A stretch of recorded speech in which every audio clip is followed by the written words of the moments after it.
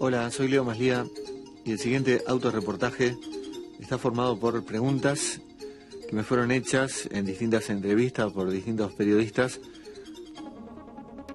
y por respuestas que en algunos casos di y en otros casos me lamenté durante mucho tiempo de no haber sabido dar.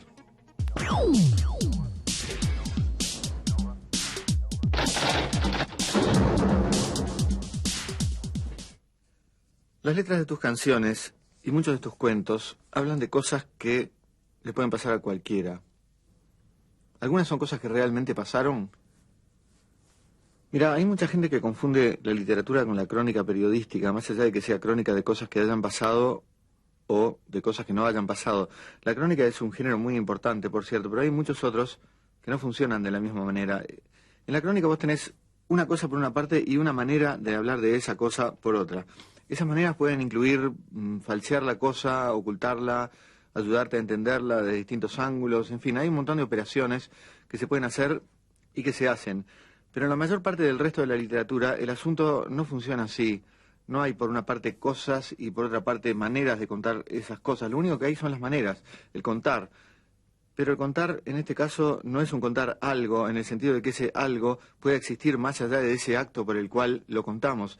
Eso solo se da en algunos casos muy particulares, como los cuentos clásicos infantiles, por ejemplo, pero en casi todo lo demás, no.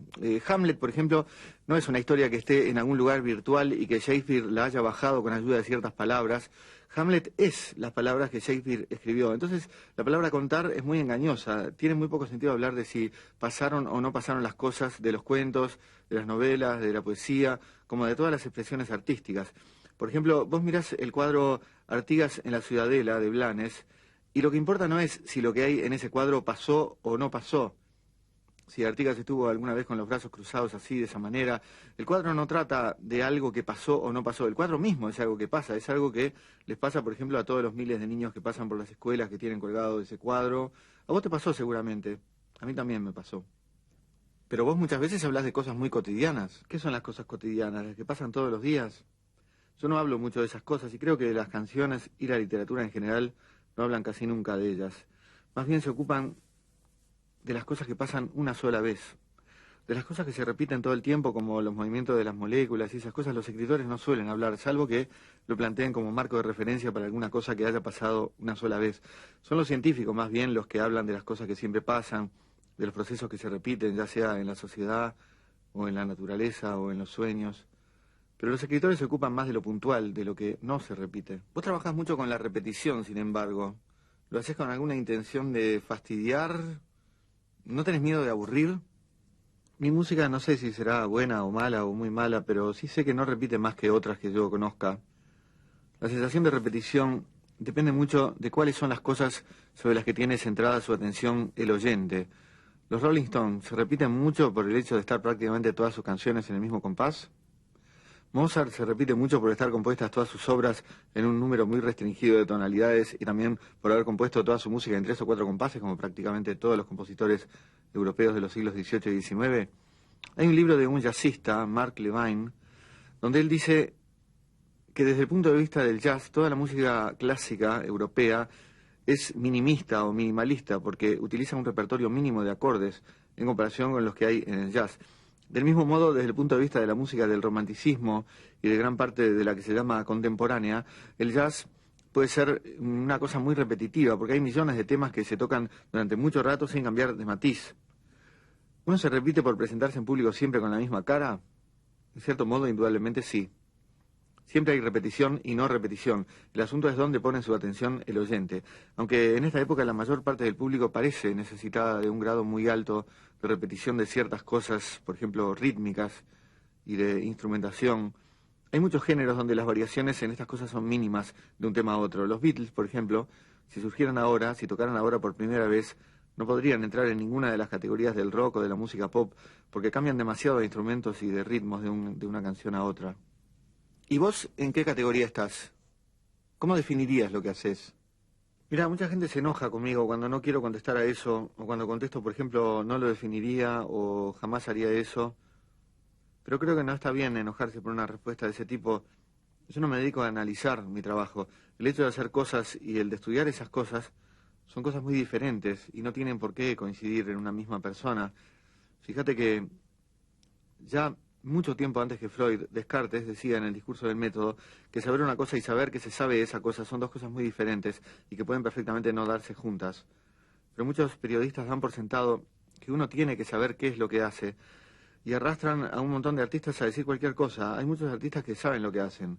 Hay otros que creen saberlo y quizá no sospechan que lo que hacen y lo que creen estar haciendo pueden ser cosas muy diferentes, lo cual no invalida para nada su trabajo. Hay cosas que son difíciles de definir. Hay gente que se pasó toda la vida pensando y escribiendo sobre estas cosas y no llegaron a nada muy satisfactorio. Hegel, Nietzsche, por ejemplo. Sin embargo, algunos pretenden que vos en 15 segundos respondas a eso que consumió tantas vidas. Muchos periodistas no sabrían responder tampoco con algo coherente si se les pidiera una definición sobre su trabajo. Pero ese trabajo se puede hacer muy bien, de todos modos, sin saber eso. Si vos sos hornero, no necesitas ir a la Facultad de Arquitectura. Sí, pero no es cuestión de tanto rigor en la definición. Nadie te pide que digas algo tan preciso, tan inobjetable sobre lo que haces. Lo que se te pide es una orientación, nada más, una guía para el que no te conoce. ¿Y esa respuesta no sirve como guía? Sí, sirve, pero yo quería ir a algo más concreto. Sin ir a tu trabajo, por ejemplo, ¿cómo te definirías vos? ¿Como escritor, músico, actor, comediante? Ninguna de esas opciones que vos das se puede considerar una definición. Para definir hay que dar caracteres genéricos y caracteres específicos.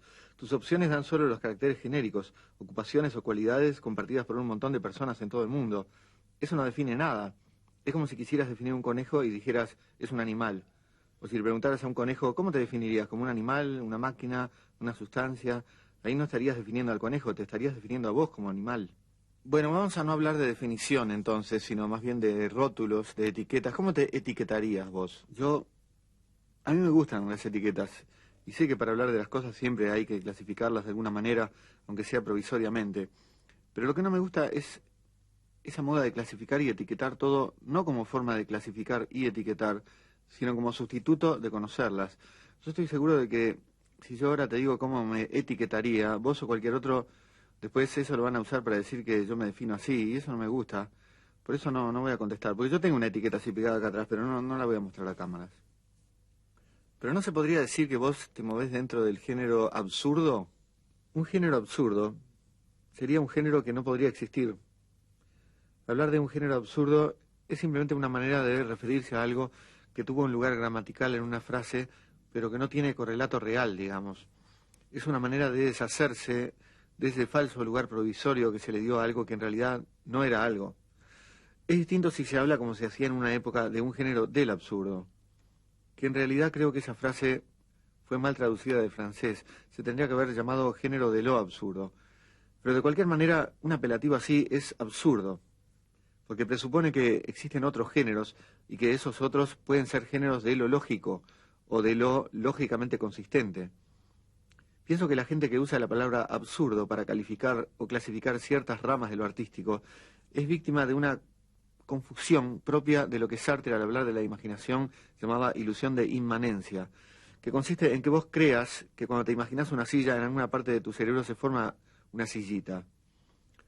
La literatura no se basa en axiomas, ni se construye con inferencias de ninguna clase. No es más lógico decir la noche está estrellada que decir el día está estrellado.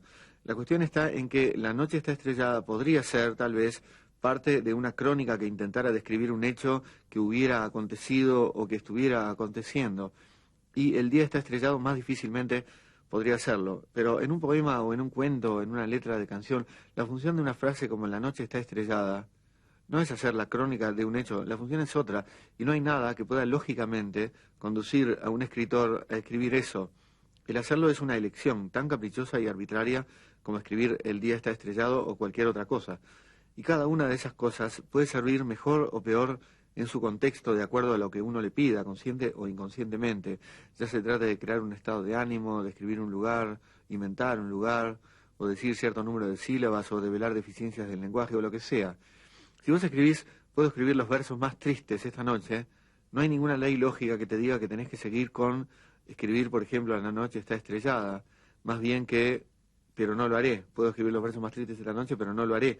O, por ejemplo, puedo escribir los versos más tristes esta noche, pero voy a optar por escribir un tratado de mecánica de los fluidos. No se trata de absurdo o de coherencia, se trata de que uno pueda decir cosas diferentes en uno u otro caso. Algunas, para ciertos lectores, resultan más esperables o verosímiles que otras. Entonces se las cree literalmente o como representación transfigurada de la realidad. De ahí la ilusión de inmanencia de que te hablaba. Cuando le resultan inverosímiles, en cambio, las clasifica como absurdas. Pero eso está mal, es como sumar peras con manzanas.